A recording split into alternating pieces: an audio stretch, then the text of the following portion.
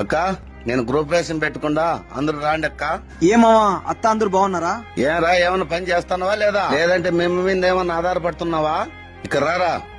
నా కొడుకు నెలకి 50,000 సంపాదిస్తానట్టు జాబ్ చేసి నువ్వెప్పుడు చేస్తావురా? నువ్వు ఎలాగో ఏం జాబ్ చేయట్లే కదా, మా కంపెనీలో సెక్యూరిటీ జాబ్ ఉంది, చేస్తావా? ఎక్కరా బండి.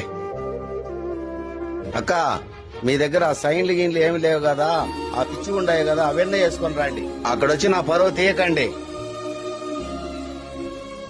నాన్న ఒక నిమిషం ఆగు నాన్న. యాడికిరా? వస్తా ఉన్నానా.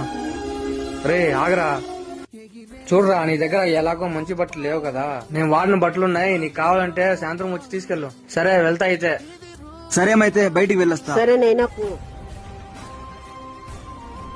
మా ఇదిగో చీర, రేపు ఫంక్షన్ కి ఇది వేసుకో. ఇప్పుడెందుకు నైనా ఇవన్నీ? మా ఏంటి మీ సొంత తమ్ముడు అలా మాట్లాడుతున్నాడు? చూడనైనా ఈ కాలంలో డబ్బు ఉంటేనే అక్కైనా చెల్లినైనా